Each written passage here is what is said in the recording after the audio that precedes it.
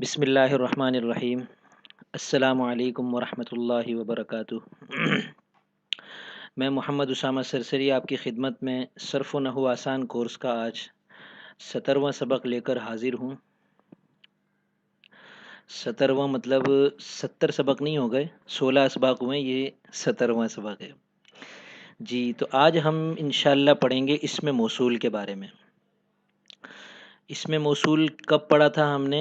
آپ کو یاد ہوگا کہ معرفہ اور نکیرہ جب ہم نے پڑھا تھا تو اس میں ہم نے یہ سیکھا تھا کہ اسم کی 2 قسمیں ہیں، معرفہ اور نکیرہ، پھر معرفہ کی 7 قسمیں ہیں، ان میں سے ایک ہے اسم موصول۔ اسم موصول کیا ہے؟ اردو میں ہم 2 الگ الگ قسم کی باتوں کو آپس میں مربوط کرنے کے لیے، ان کو ملانے کے لیے ایک لفظ استعمال کرتے ہیں، جو یا جس۔ تو ہم اس کو اس طرح کہتے ہیں کہ وہ کتاب جو میں نے آپ کو 1 مہینہ پہلے دی تھی وہ آپ مجھے واپس کر دیں، یا وہ شخص جو اس دن ہمارے پاس آیا تھا وہ آج پھر میرے پاس آیا تھا۔ تو یہ جو، جس، یہ جو الفاظ ہیں یہ اسم موصول کہلاتے ہیں۔ یہ بڑی دلچسپ چیز ہوتی ہے اور ہر زبان میں اسے بڑی اہمیت حاصل ہوتی ہے، اور کسی بھی زبان کو سیکھنے کے لیے اس کا اسم موصول ضرور سیکھنا چاہیے۔ عربی زبان کا اسم موصول بہت مزیدار ہے اور بہت مشہور بھی ہے۔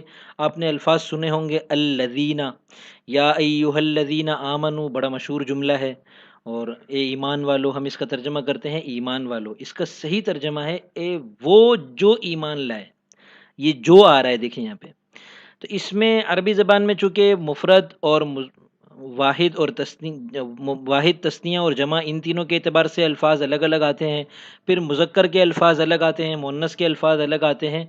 تو اردو میں تو ہم کہہ دیتے ہیں کہ وہ عورت جو، وہ مرد جو، دونوں کے لیے جو آ گیا، لیکن عربی زبان میں ایسا نہیں ہے۔ عربی زبان میں واحد کے لیے الگ ہے الذی، واحد مذکر کے لیے، اللذانی تثنیہ مذکر کے لیے، اور الذین جمع مذکر کے لیے، اور اللتی واحد مؤنث کے لیے، اللتانی تثنیہ مؤنث کے لیے، اور اللاتی، اللواتی، اللائی جمع مؤنث کے لیے۔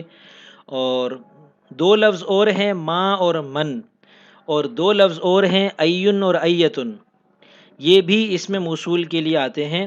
فی الحال آپ ان الفاظ کو یاد کر لیں، اور ویڈیو میں ہم انشاءاللہ ان الفاظ کے آگے ان کا ترجمہ بھی لکھ دیں گے، وہ بھی آپ یاد کر لیں، اور قرآن کریم سے ان کی مثالیں نکال کر ہمیں دکھائیے۔ اور انشاءاللہ اگلے سبق میں ہم اس کے ذریعے سے پورا جملہ بنانا سکھائیں گے کہ اسم موصول کا جملہ کس طریقے سے بنایا جاتا ہے، اور الذی سے پہلے کا لفظ کس طرح ہوتا ہے، الذی کے بعد جو الفاظ آتے ہیں ان کے اندر کن باتوں کا، کن اصول کا خیال رکھنا پڑتا ہے۔ یہ انشاءاللہ ہم پوری تفصیل اگلے سبق میں پیش کریں گے۔ والسلام۔